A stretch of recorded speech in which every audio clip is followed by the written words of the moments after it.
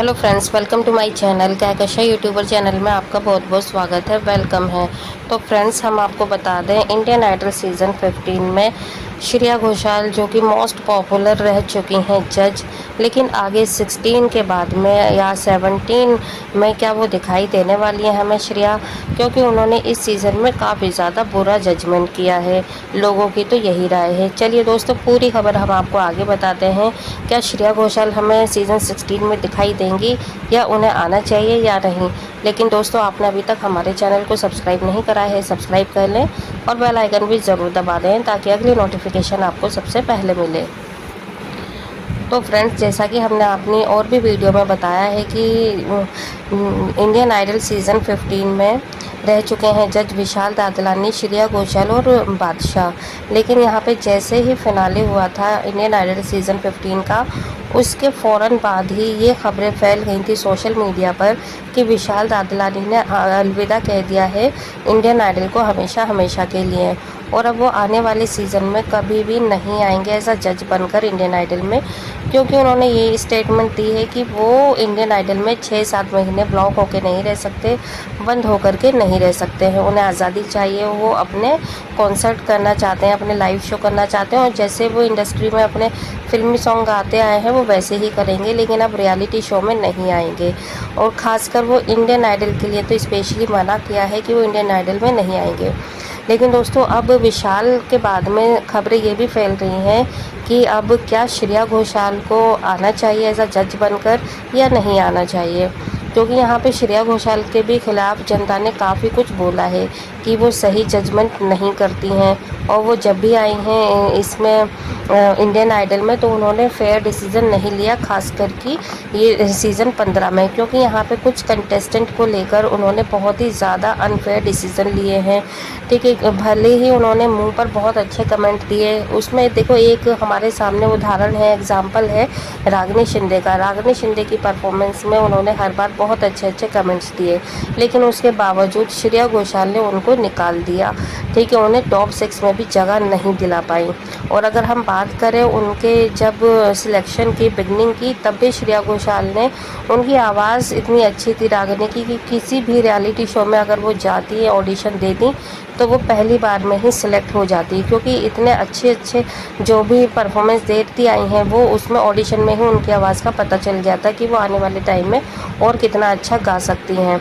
तो लेकिन यहाँ पे श्रेया घोषाल और विशाल दोनों ने ही उनको रिजेक्ट कर दिया था और उन्हें ऑडिशन में ही पास नहीं किया, रिजेक्ट कर दिया। तो इसी से अंदाज़ा लगा सकते हैं शुरू से ही कि जो है श्रेया घोषाल, वो उन्होंने अनफेयर डिसीज़न लेना स्टार्ट कर दिया था बिगनिंग से ही। और अब खबर ये आ रही है दोस्तों कि यहाँ पर आने वाले सीज़न में, यानी कि जो इंडियन आइडल सीज़न 16 शुरू होगा, तो उसमें श्रेया घोषाल की एंट्री अब शायद मुश्किल होगी बहुत ज़्यादा।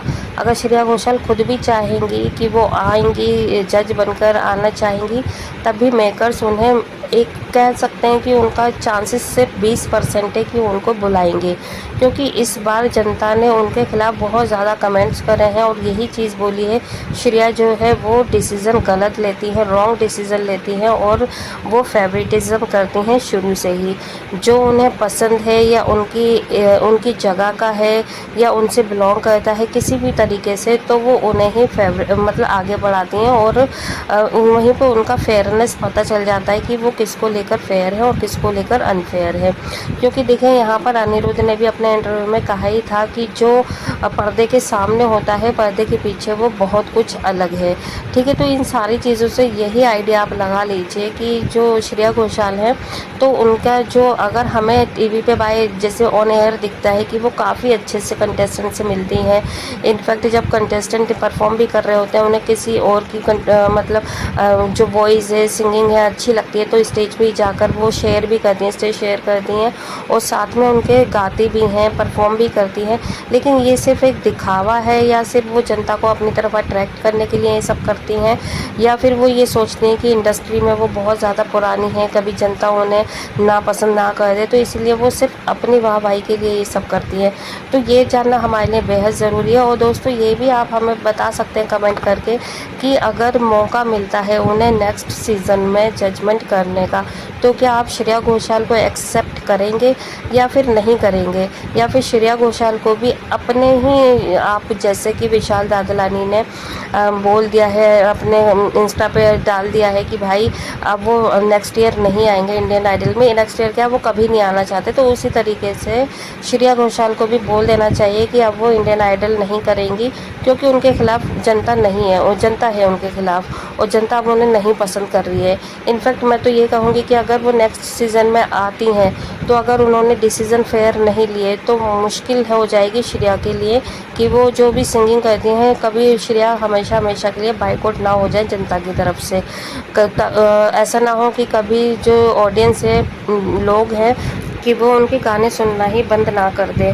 तो अगर वो चाहती हैं कि फ्यूचर में लोग उन्हें जैसे प्यार करते आए हैं और आगे के लिए भी उन्हें प्यार करते रहें, हमेशा हमेशा के लिए उनके गाने सुपर डुपर हिट होते रहें, तो उन्हें ये करना चाहिए कि उन्हें या तो इंडियन आइडल में जज बन के आना ही नहीं चाहिए, और अगर वो इनकेस आ भी जाती हैं दोस्तों, तो फिर उनको एकदम फेयर डिसीज़न लेना चाहिए, और जो कंटेस्टेंट जिस चीज़ के लिए हक रखता है, यानी कि अगर उसमें दम है आगे कुछ करने का, आगे बढ़ने का, तो उसे वो प्रोत्साहन दें, यानी कि मोटिवेट करें, ना कि उसे निकाल दें। और अगर उन्हें ऑडिशन में ही लगता है कि रागिनी की तरह अगर कोई और कंटेस्टेंट आ जाता है तो उसको सिलेक्शन दें, मतलब कि उसको सिलेक्ट करें आगे बढ़ने के लिए, उसको ट्रेनिंग दें और उसको ट्रेन करें ताकि वो और भी अच्छा गाना गाए, ना कि उसको निकाल दें। अगर बादशाह नहीं होते तो दोस्तों आज की डेट में हमें रागिनी शिंदे ना दिखाई देती कभी, ना ही सुनाई देती। तो फिर यहाँ पर हम नहीं चाहते कि जैसा इस बार एक रागिनी के साथ में हुआ है वैसा हर सीज़न में किसी न किसी के साथ में हो। हम चाहते हैं कि टैलेंट बाहर आए और टैलेंट निकले।